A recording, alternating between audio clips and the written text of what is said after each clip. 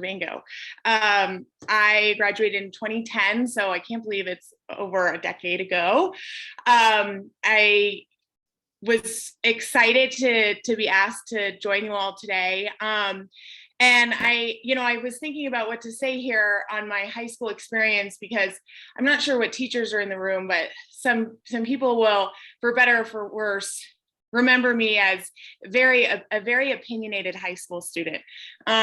Whether I was in physics or English or French, I seem to always have an opinion about everything. And again, for better or for worse.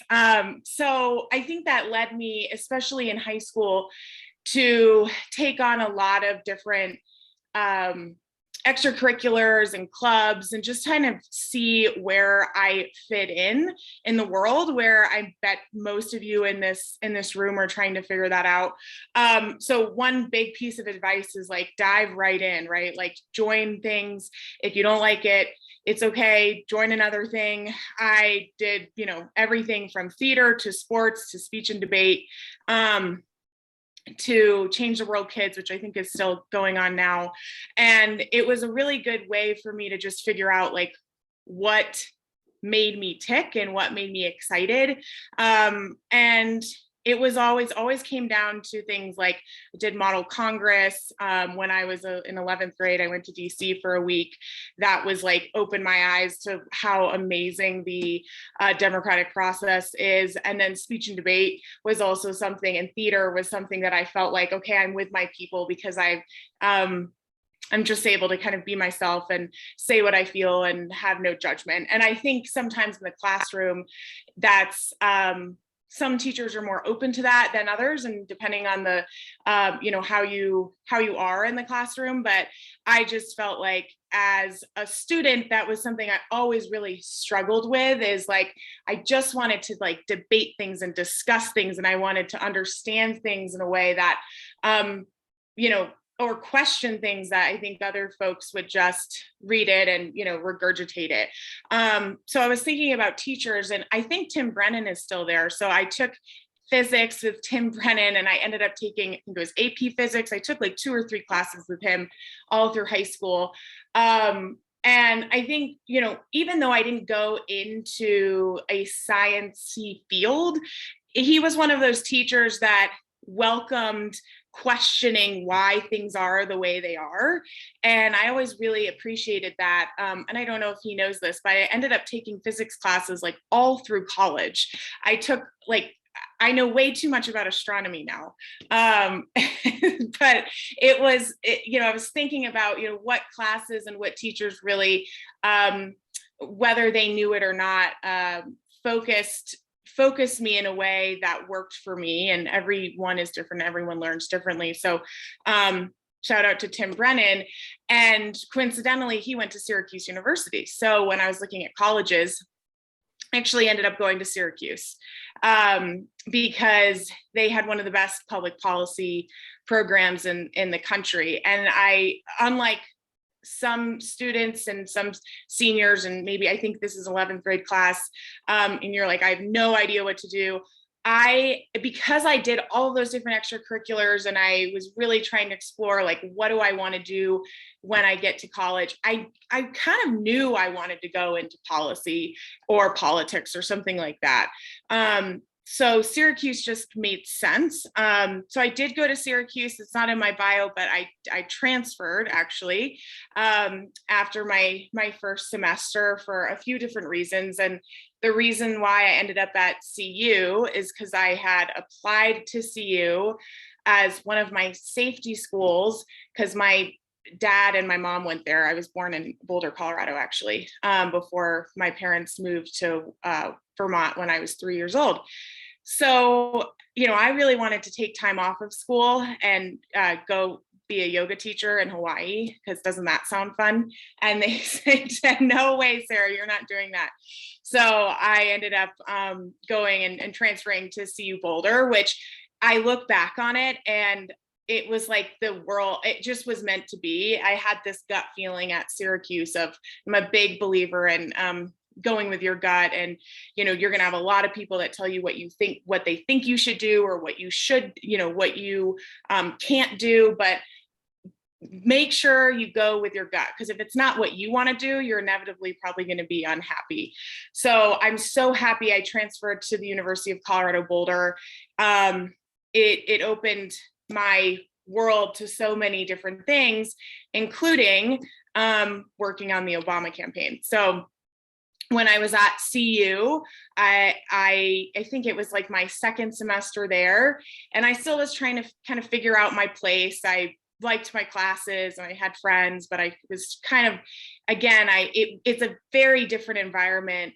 It's a 35,000 person school, and I was coming from a town of 2,000 people. So it was just very overwhelming. So to find your place, to find that, your people is just in your community was always a challenge. And that was, let's see, at the end of 2011, it was right before the second campaign for Obama. So his reelection campaign was getting going. And I had someone stop me in the hallway and ask me if I wanted to volunteer. And I said, why not? I love Obama. I've never made political phone calls, but okay, I'll try it. And I tell people this all the time because it really was such like a life-changing experience. We talk about things all the time in an academic setting, whether it's a certain policy, and we debate it, but then actually being able to get on the phone and talk to people about why a certain policy affects their life or affects your life is such a tangible thing that I never really connected the dots, right? I knew about the Pell Grant, I knew about the Affordable Care Act, but I didn't understand how all those things affected my life and affected my family and friends' lives. So it was really a life-changing experience. I'm not exaggerating on that. I really was like, this is what I am meant to do. I love talking to people, going back to, my experience at Woodstock, and just like wanting to debate with people, or at least understand like where they were coming from if I didn't agree with them.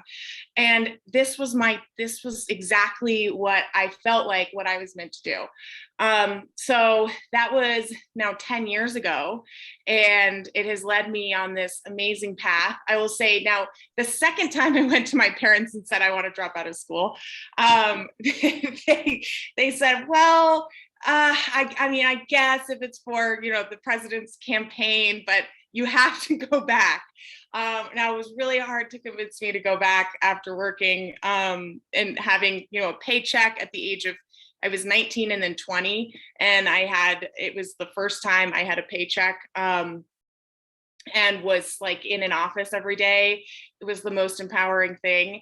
And to go back to a college environment and an academic environment was challenging. But my advice is if you do what I do, make sure you go back, because I still have friends that haven't. And so I did end up going back to school after that and finishing my degree. And then that was also a challenging time, because I was like, I just figured out what I want to do. And now I have to go back and learn about polling and focus groups and public opinion. And I just want to go talk to people. So that was that was an amazing experience. And it definitely put me on the trajectory to where I am now. And I still, I'm now working alongside people that I worked with 10 years ago on Obama's reelection campaign. And we laugh about just how much time has flown and how much has changed too, and that in our industry and in the political environment as a whole. So I don't want to go through that, the 10 years after that, because you guys have probably seen my bio, but I've tried a lot of things that I haven't liked. I've tried a lot of things that I do like in the type of industry I'm in, whether it's government, campaigns. I've been with Governor Polis, both in his office on the government side and in his campaign infrastructure for almost 5 years now. So, and I actually, coincidentally, 10 years ago, when he was in Congress, we shared an office when I was a little baby organizer, college dropout. And so when he ran for governor, he called me and said, I'd love for you to come be on the team. So, it's a small world that we live in, whether it doesn't matter what industry I think people are in. I always like to tell groups like this too, and then I'll stop and I'm happy to answer questions, is I think our world is built on relationships. And so you never know who you're going to meet. You never know your interactions. Even if you disagree with them, make sure that you're respectful of their opinions. Maybe not everyone will be respectful of yours, but it's an important life lesson because it really is a small world that we live in. And, I always say, I tell my team now, stay humble and hustle hard, because those are the two things that I have done throughout the last 12 years since I left Woodstock. I am never the smartest person in the room, but I will tell you, I always will go up to every single person at the end of the day and kind of just talk to them and see what's going on in their life. And I just think that that's such a important thing to do, again, in whatever industry you decide to go into. So I'll stop there. Happy to answer questions about all of that, or dive into some of the more Jared Polis specific questions you put together.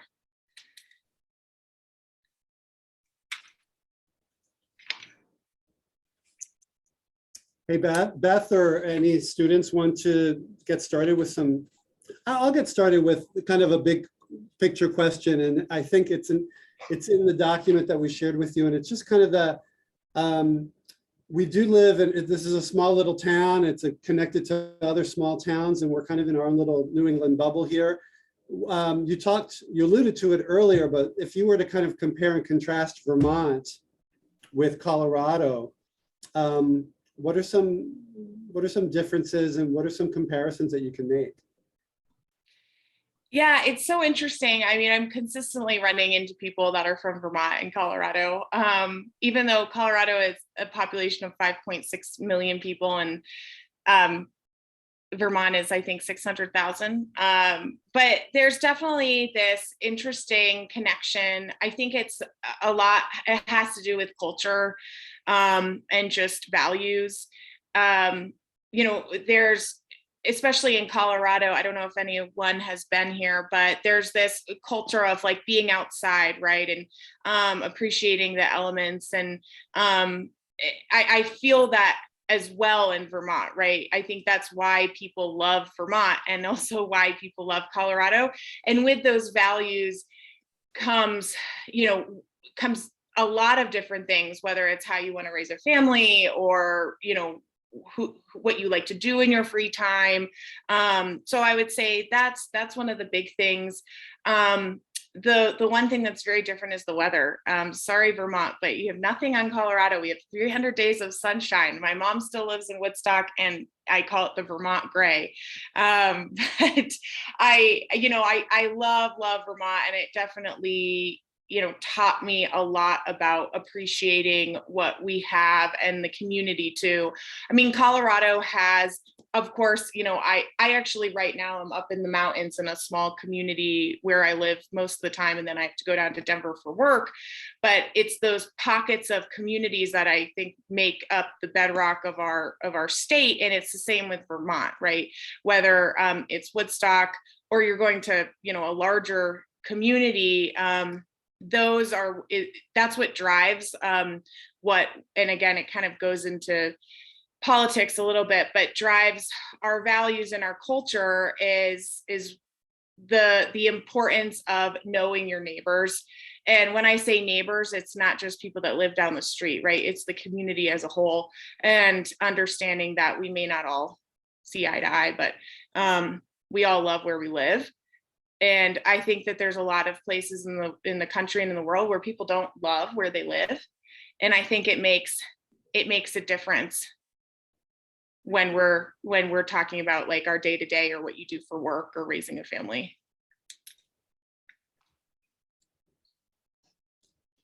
Let's open it up to some of the questions in the classroom from you guys. We're gonna test the volume here. Adrian, do you want to ask your question? Yeah. Say it really loudly. Has theater helped you at all with politics? Has theater helped you at all? Yes. Yes, definitely. So I was, like I said, I was one of those kids who like did everything. Did sports, I did theater, I did speech and debate. And I don't know if anyone, Mrs. Worrell was did all the theater, and she just passed away actually a few days ago. So she was a huge inspiration to me and many, many others. She was one of those people, like I said, who really welcomed diversity, inclusivity, and, if people had opinions or ideas, she welcomed that. Now, did she always say, oh, that's a great idea? Definitely not. She'd tell you what she thought.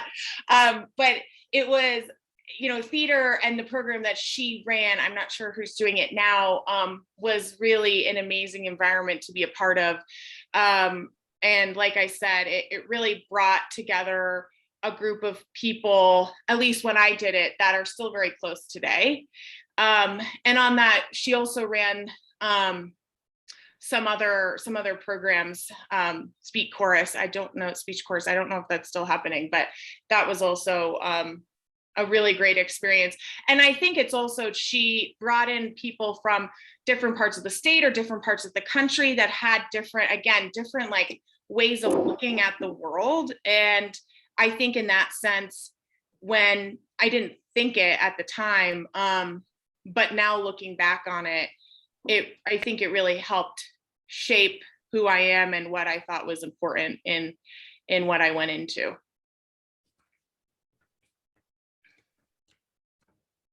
Thank you. Other questions? Go ahead, Oliver.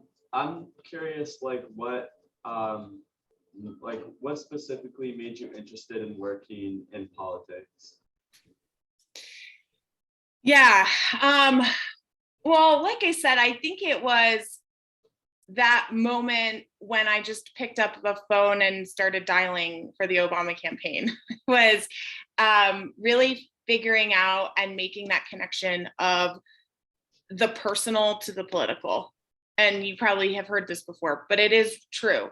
And really knowing like, oh yeah, I'm on the Pell Grant, or my brother has a pre-existing condition, and if the Affordable Care Act is overturned, he wouldn't be covered under his current healthcare policies. So things like that is what really motivated me to not only enjoy or pay attention to politics, but actually work in it, because I could see that the direct line between what's important to my everyday life or my friends and families to actually getting things done on the, whatever it is, policy or campaign level. But that's one reason, but it's also, I think, the people that you meet. I've just met such amazing people in the last, 10 or so years in my line of work that have amazing backgrounds, amazing stories. Everyone's from very different walks of life. And I consistently feel like that's really energizing to me, to be able to talk to people and work with people that are very different than myself. But at the end of the day, we have a lot of similarities. To be able to come together and figure out what those similarities are, you don't get to do that in every type of job. And I feel so lucky that I get to have those conversations and I get to get paid for it. And it's like it's the best thing ever. Thank you, Sarah. Sarah, I want to jump in. I find that really kind of a surprising response, only because I imagine making those calls, you're also faced with a lot of rejection. Not everybody wants to engage with you, right? So for every person you kind of break through with and have that dialogue, was there a lot of rejection as well? And like, how do you face that? so much rejection. I think that makes it fun, and a challenge, but yeah, it's not for everyone.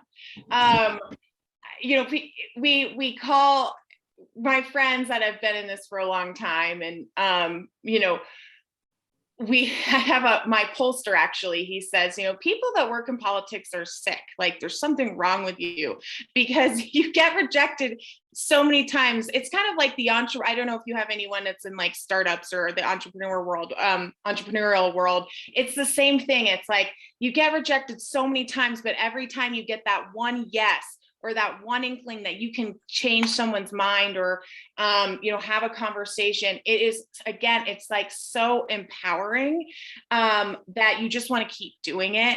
So yes, you get rejected all the time. Now in my world, you know, I haven't been like on the phone, right, talking to voters, anymore, and I manage large teams and program.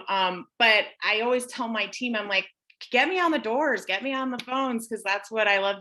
You know, that's where you actually come back into it and realize this is what we're doing, right? Once you get kind of farther along and you're managing big teams and big budgets, and you know, all the different things that go along with big campaigns or working in a large government agency, and you lose that like personal connection, even though it can be really, really challenging. I guess I'm one of the crazy people.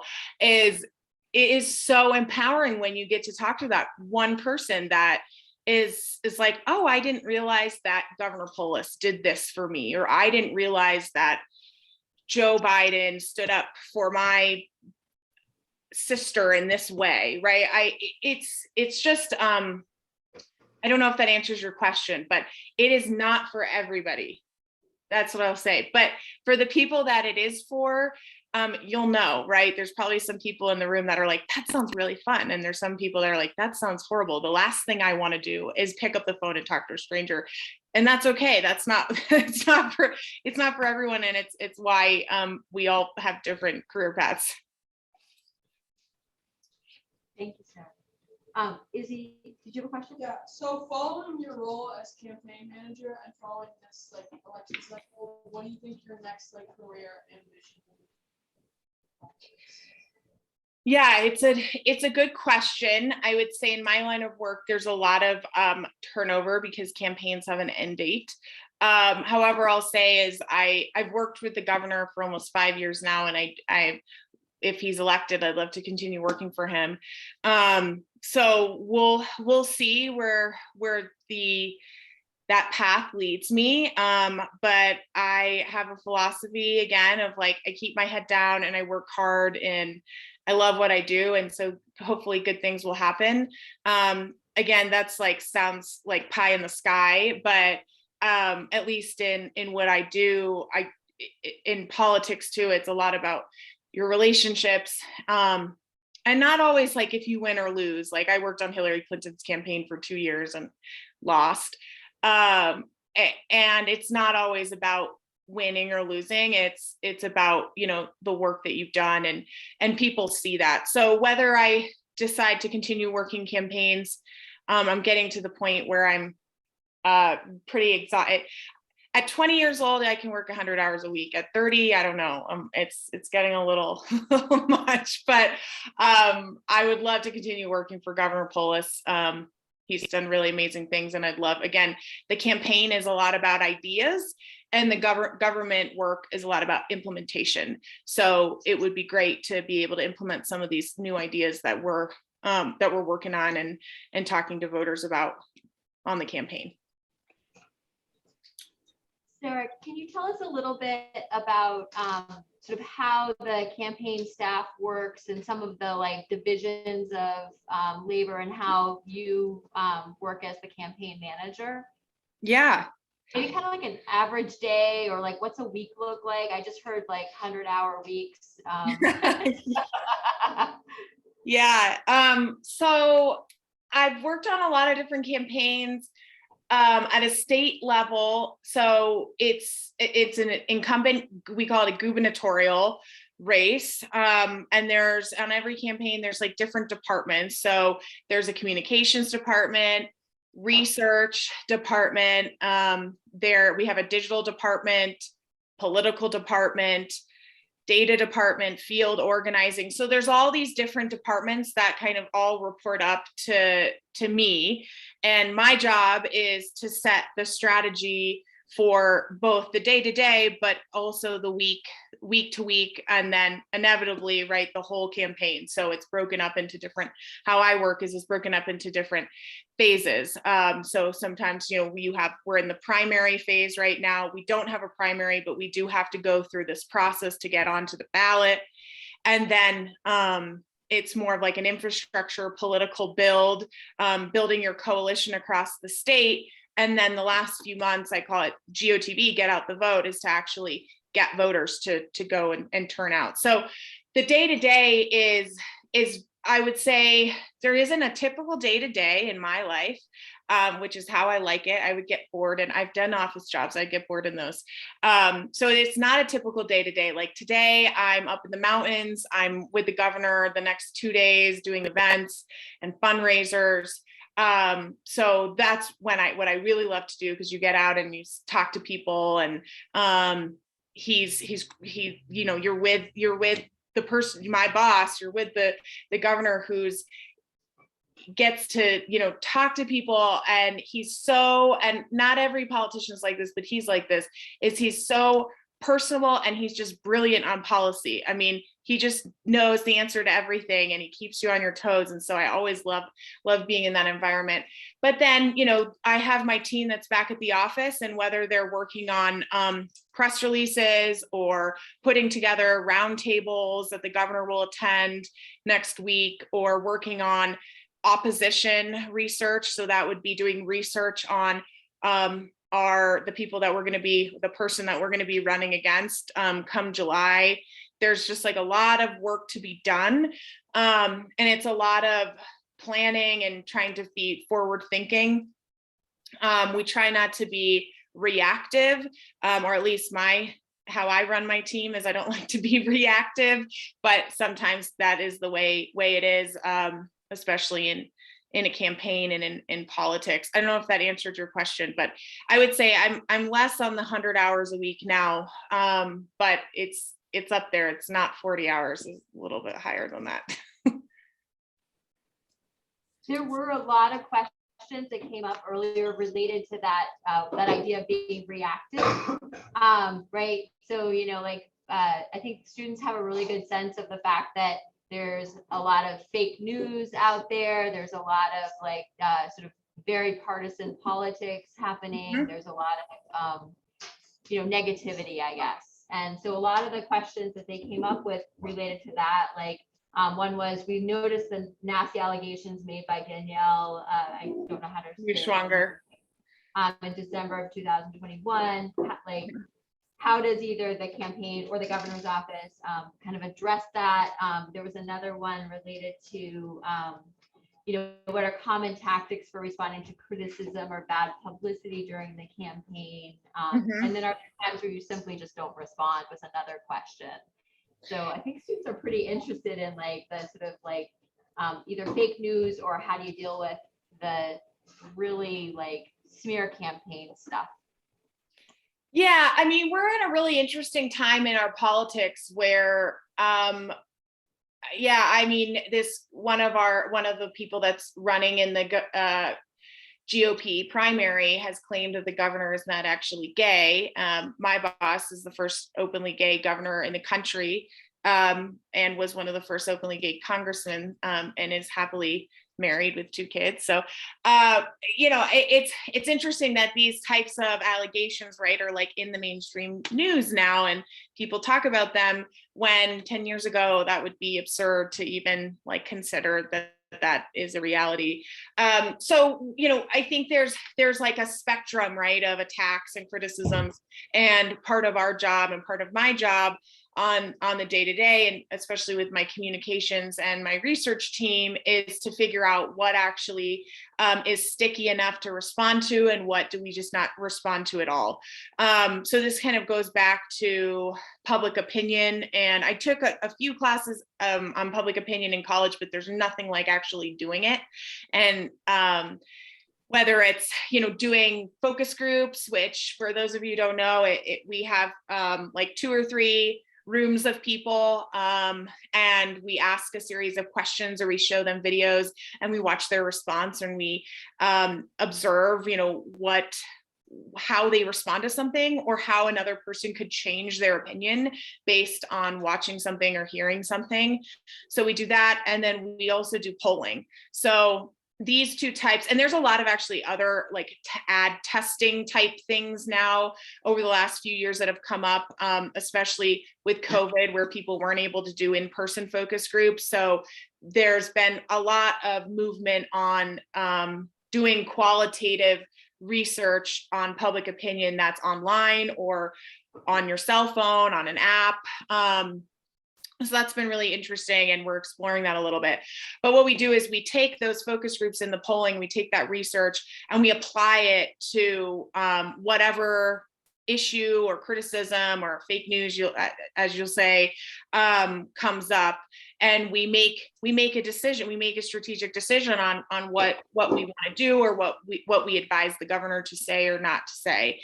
Now, we're just regular humans, and so do we sometimes make mistakes? Sure, we do, but we try to use a data-backed strategy to ensure that whatever advice that we are giving the governor, or we're putting out a campaign release, or reaction, or a quote, or whatever it is backed by research. And it's not just like, well, we think that this might sound better. Well, it doesn't matter what we think. What does the actual general electorate think? And how does this move a voter or not move a voter? So like on the Danielle Neuschwanger rhetoric, there's no point in us responding because it's completely fake. I mean, Governor Polis is not cousins with Nancy Pelosi, or brothers with Gavin Newsom, the governor of California, which were some of the other allegations. And so, some of these conspiracy theories, like what we call them, definitely not worth responding to, because the general electorate, at least in Colorado, they know it's fake, right? They're not, they just spent 2 years with Governor Polis on their TV screen talking to them about COVID. Like, they trust the governor, they know the governor, they know who he is. So again, it's like going back to that, like public opinion and how you mold public opinion in one way or the other. We truly don't feel like some of those attacks are going to, we know they're conspiracy theories, that's all they are. And we, what we'd like to do is take the upper hand, and we lead by example, and we like to talk about all the amazing work the governor has done for people. And we hope that that's what's really going to resonate with people when they go to the ballot box. Great, thank you.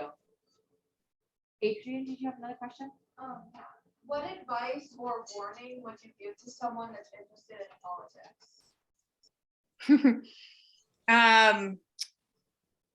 Well, I would say advice and warning is be okay and ready to just work really hard at the beginning. I mean, I've worked really, really hard to get to where I am, many, many long hours. I've sacrificed a lot of weddings and baby showers to do what I do. And the work-life balance is challenging. So I would say, I don't even get back. I think I get back to Woodstock maybe once a year now, because I'm just so busy with work. So that's a warning and a challenge, but I believe it's worth it because what I do is extremely rewarding. For advice, I would say, there's a lot of different avenues in the industry that I work in, and whether it's policy or campaigns, they're very different. And so just know, like, I think a lot of people go into it wearing, I can't even tell you how many people come into my office for an interview with a suit and tie and like thinking that they're going to talk about policy. That's not what the job is. And so just to go in eyes wide open and know, like, you want to work in politics, whether it's policy in a governor's office or on a campaign, like be ready and willing to knock on doors or make phone calls, or send thank you letters out to donors. And then you can work your way up. But definitely, and this is why I say stay humble, because it's a very humbling industry.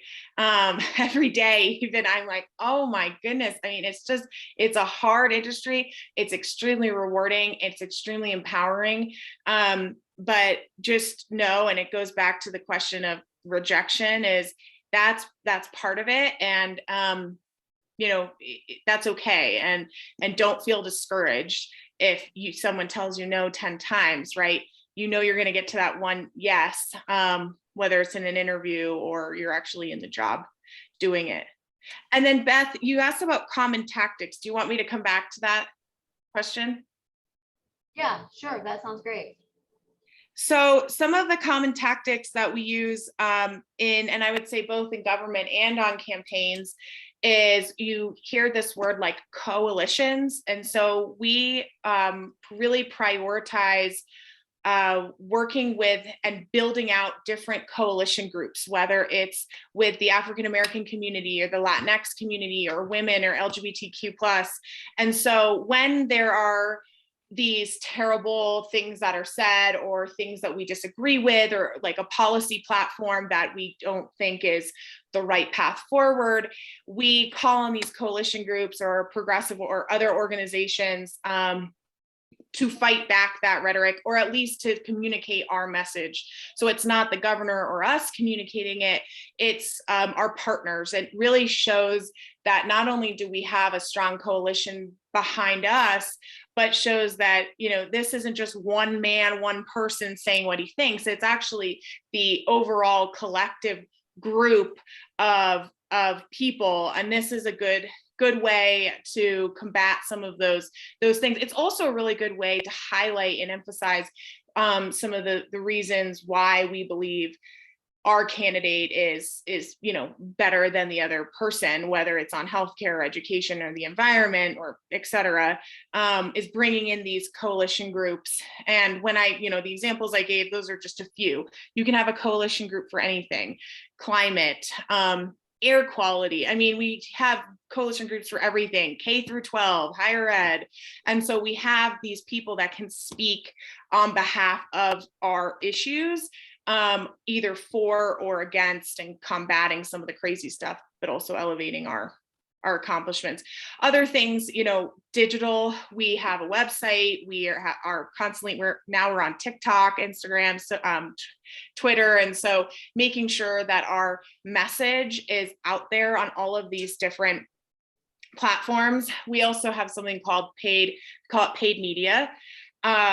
So it's, and I'm not sure you have this in Vermont. In Colorado, it's a big business. So when the Broncos are on the big football game and you see those ads that come in, well, part of our job is to raise the money to be able to go on TV, to be able to get the governor's message out there to millions of people who are watching.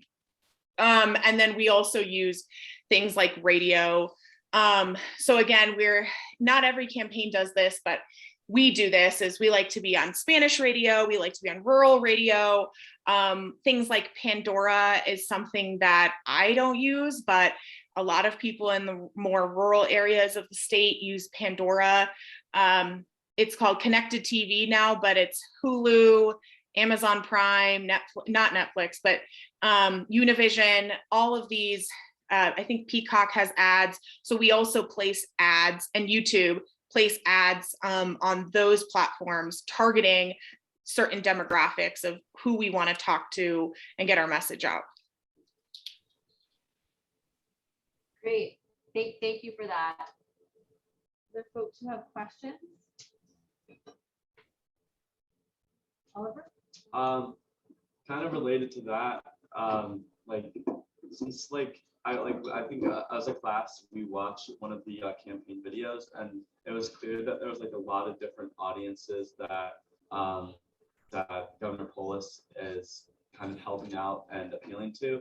And I'm curious, how how can, as a campaign manager, like, how can you like appeal to a variety of like diverse audiences? I mean, that's like the $1 million question, right? Is how do we do that and how do we do it effectively? I'm not sure which, it might have been our launch ad. That you're It was a launch, yeah. Yeah, so there's a lot of different ads for different things.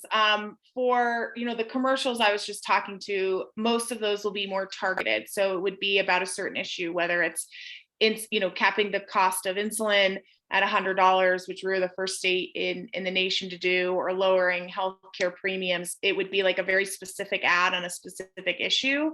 But for the launch ad, you're right. It was we were going for a broad, diverse coalition of showing how much the governor has actually delivered for people of different walks of life and different backgrounds, but also how much more work there is still to do.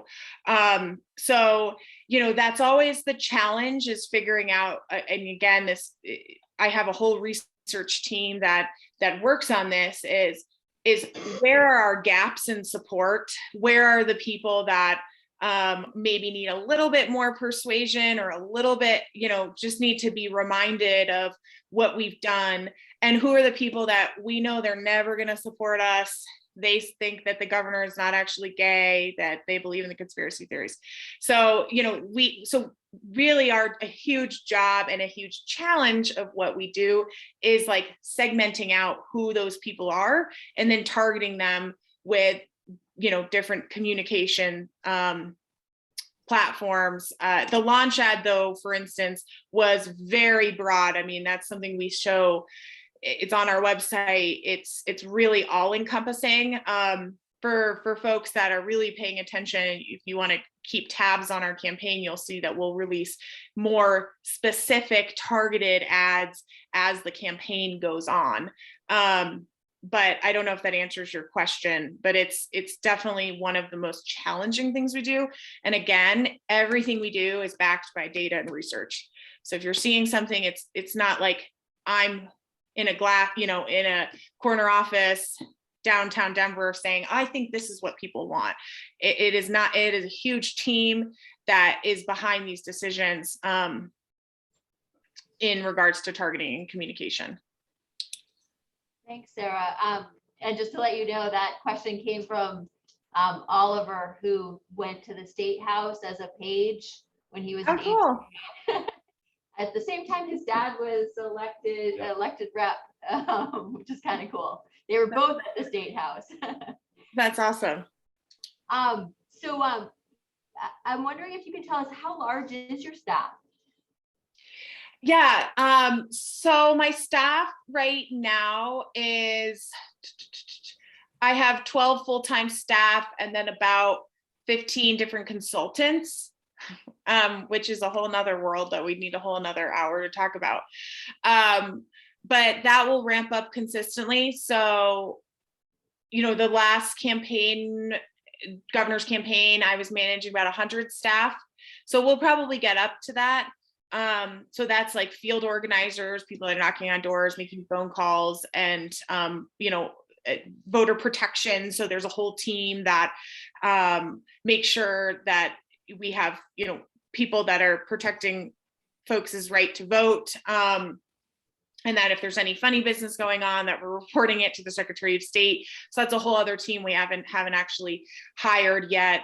And then we will have a whole department for trips and surrogates. So surrogates is a fancy word for famous people that come and talk about the governor. Maybe they're celebrities, maybe they're other elected officials.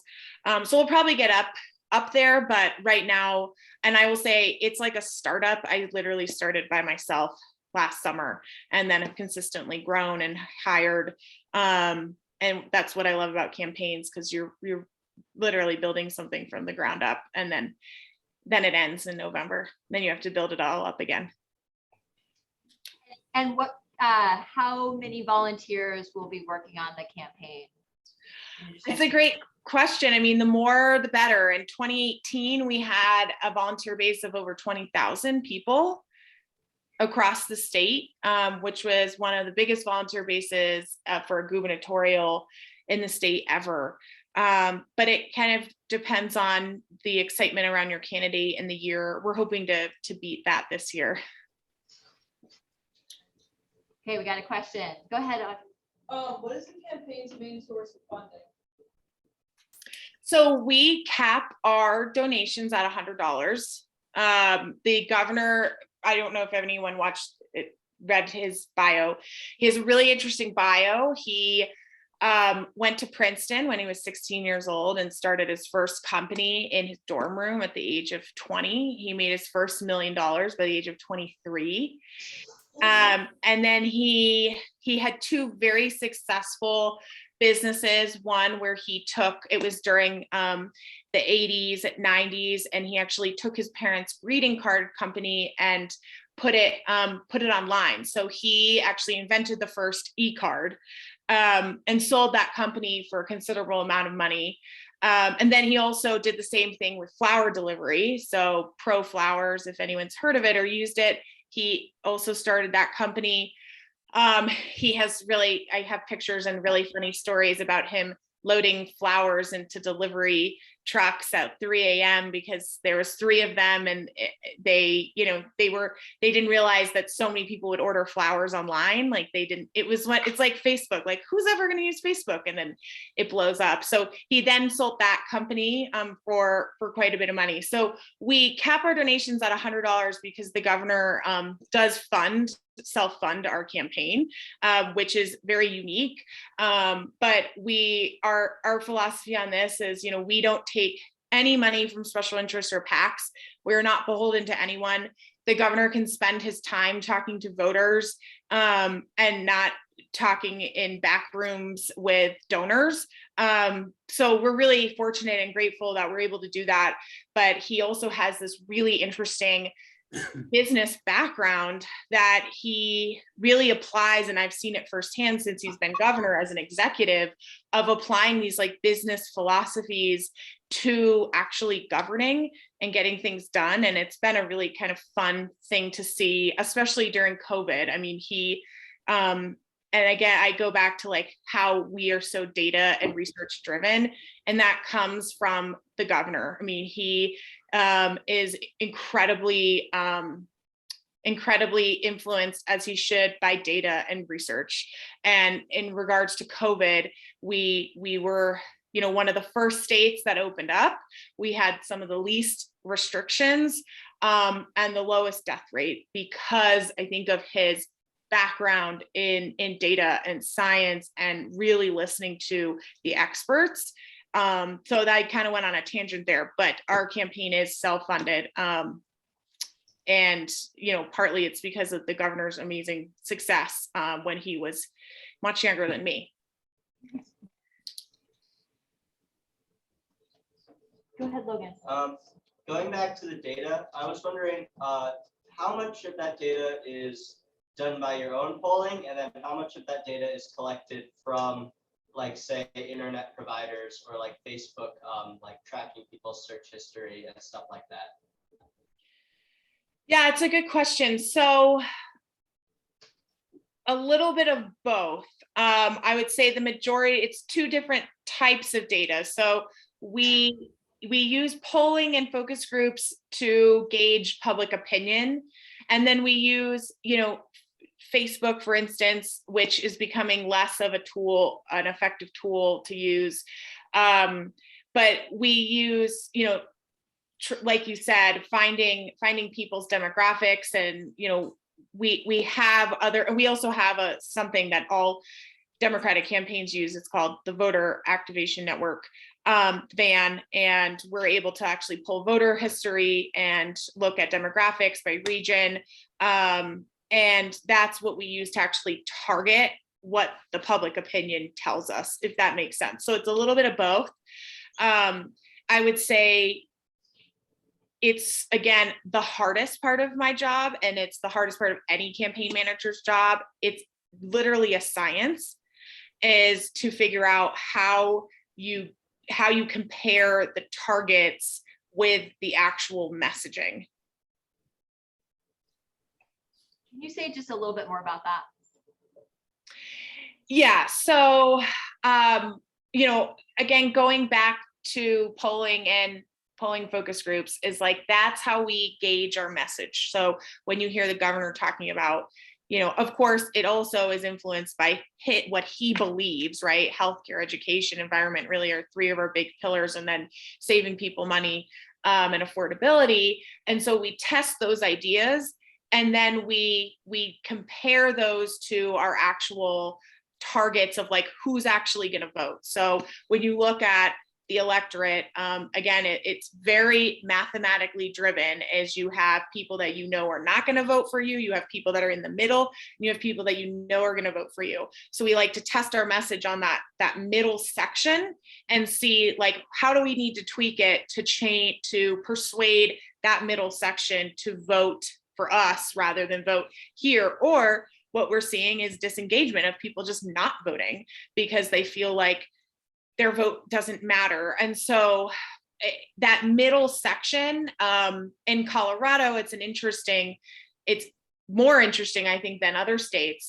So Virginia and Colorado have similar voting electorate makeup.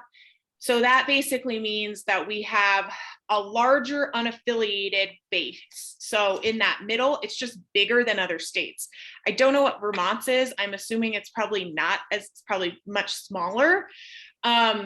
So that means that that's why there's more money in campaigns. That's why we have a lot of Republicans and a lot of Democrats, both. Some states you see just Republicans or just Democrats. It's because of that middle section. And so, when we're looking at our polling and our focus groups, we really are concentrating on that middle section.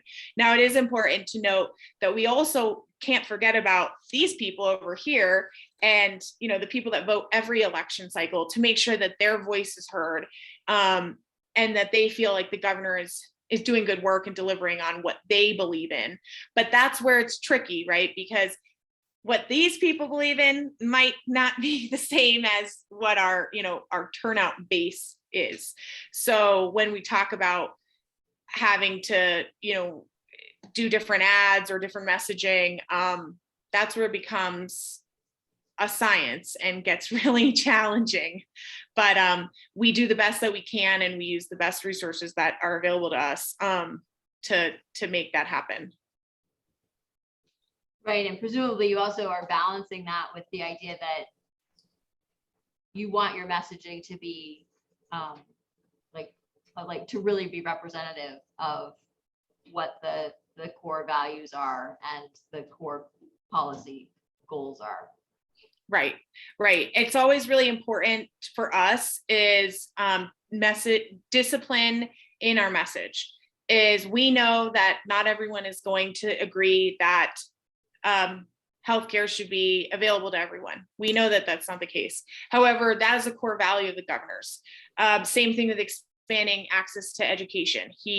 We're one of the first states to provide free, well, I think we're the 8th or 9th state, but pretty much up there, to provide free pre-K and kindergarten to students in Colorado. Again, not everyone agrees with that, but it's a core value, and we make sure that those values are consistently being talked about either in our media online or in the press, so in papers, or by the governor himself when he's talking to people. Okay, we have about 6 more minutes left, and so I want to just make sure, I'm not seeing any hands at the moment, but is there someone? Logan? Yeah, going back to the data collection, maybe a harder question that you don't have to answer, but how do you feel about third-party sources collecting data on people as far as reliability, but then also just like the ethics of it? Like, how did they really get that data?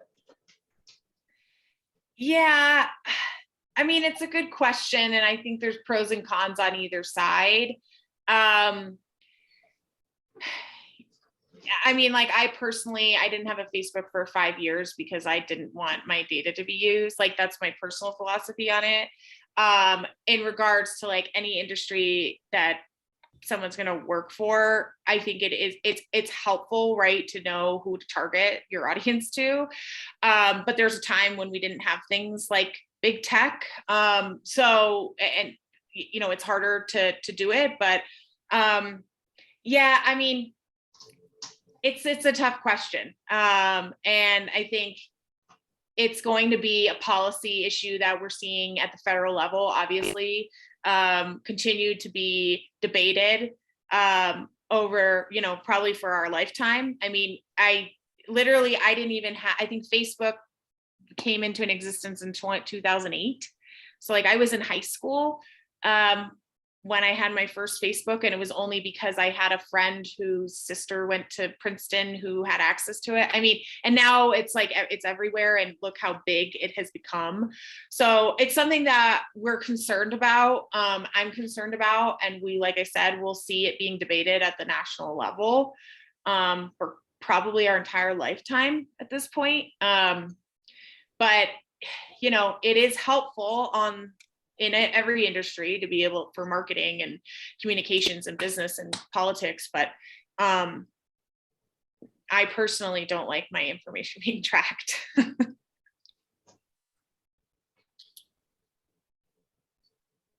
Sarah, can I change the topic just a little bit and ask you about, prior to your current position, you were working with economic development and international trade for the state of Colorado.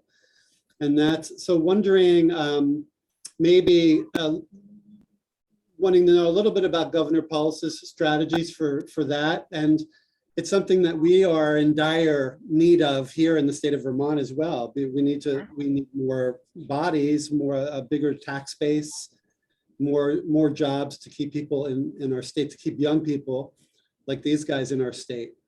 So what are your thoughts about that?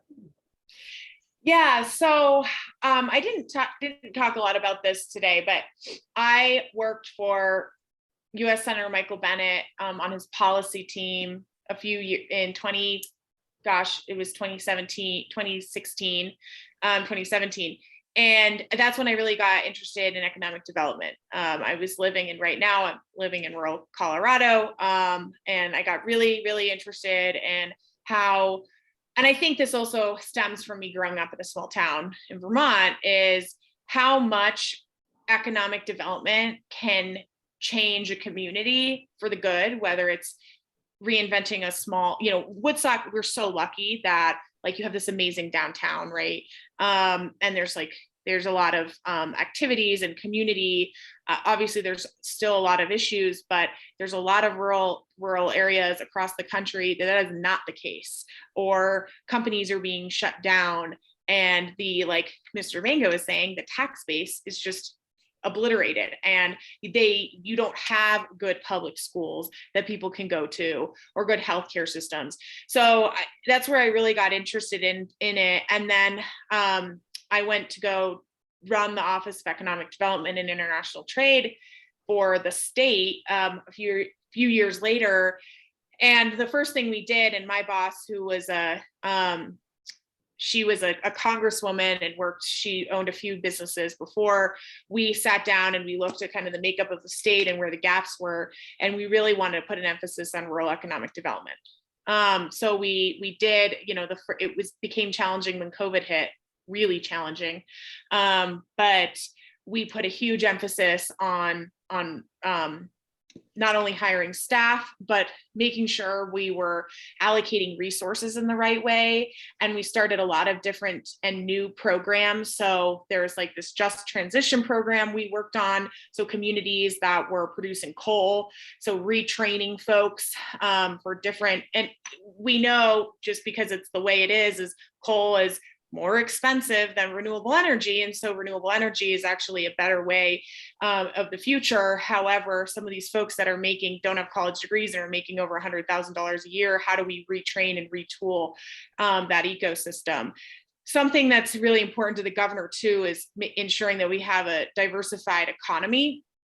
So that's just a fancy word to make sure that not only are you concentrating on attracting these big businesses in that provide, average annual wages that are much higher than what like a local bookstore could provide, but also making sure that the local bookstore and the coffee shop and the restaurant have these resources and tools from the state to make sure that they can actually run.